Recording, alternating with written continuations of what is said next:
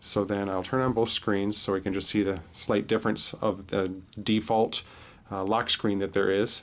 So that this one being the sprint feel of the bar that pulls down, and then this little bit more of the default Android kind of look on the Motorola X, the Droid X, sorry, is to be able to pull this way to unlock it, and then otherwise I'll turn it back off, and right from that screen you can actually turn the sound off or on by dragging that as well. So that's kind of a nice feature in that default lock screen.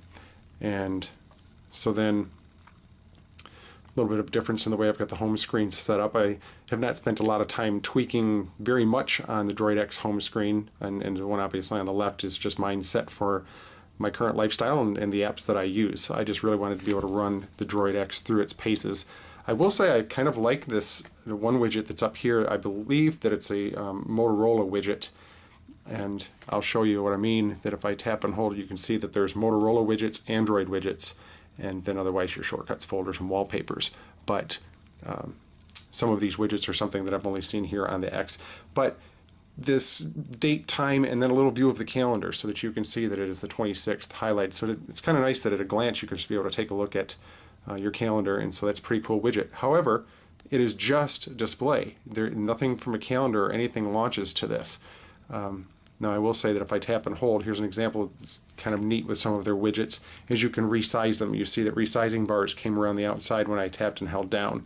And so I can take this, and you see the little green check mark, and it's telling me where I can resize this to. I could put it to this size and let go, and then it's just like that. Or I could take it and I bring it across, and again, now it's just like that.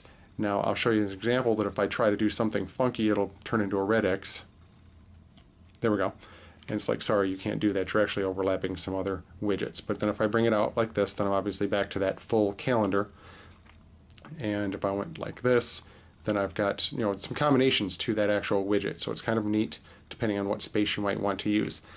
Same thing with, I believe, this weather widget will do the same thing, to where I can, let me get the handles right. And you can see that I could spread it across, so then it's got a little bit more detail to the weather widget. And it automatically moved that other one up too, so that's a feature. Usually it will just say you can't do it if you try to move a widget in the way of something else that's taking its space. So you can see that you can, and they kind of bounce around too, so they'll just automatically shuffle. And that's just a touch that's on some of these widgets just here to the Droid X.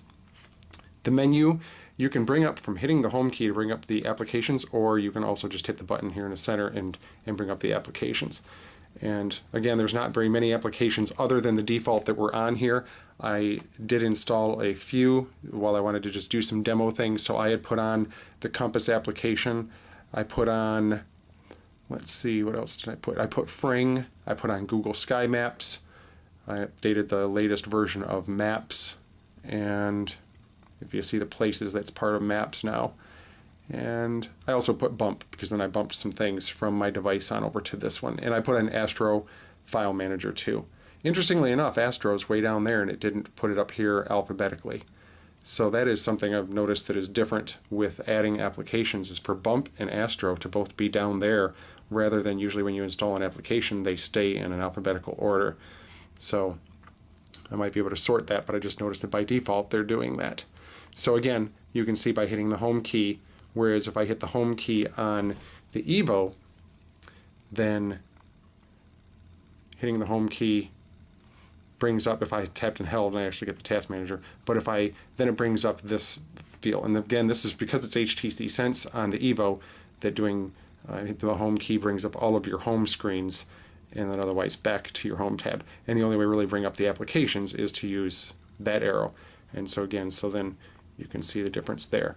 Now something regarding, this is not HTC Sense, obviously, that's running on the Motorola. This is actually Android with a flavor of Motorola spun on into it, and the Verizon flavor to it, shall we say. And you can see as I scroll that down at the bottom the bar changes and it shows you which panel you're on, and you can see the lights light up. So I'm over at the third panel over to the right, now I'm on the second one, the first one, and now I'm back at the home screen, and then it turns back into these as soon as you're done navigating through. So this is just kind of your indicator of which panel you happen to be on. And I will say that when I go to flick from one of these to the other, you can see that it does respond quite quickly. I think it's quite snappy.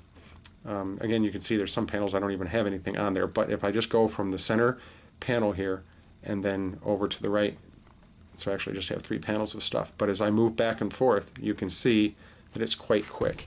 Now if I'm here on my home screen here, that you notice just a little bit of sluggishness. And again, my device is highly customized, but I do blame some of that sluggishness on HTC Sense, as far as it's still fast, but the first thing I had noticed once I actually was maneuvering through this was it just seemed like that these just really are snap and that they're there. So that was one interesting feature.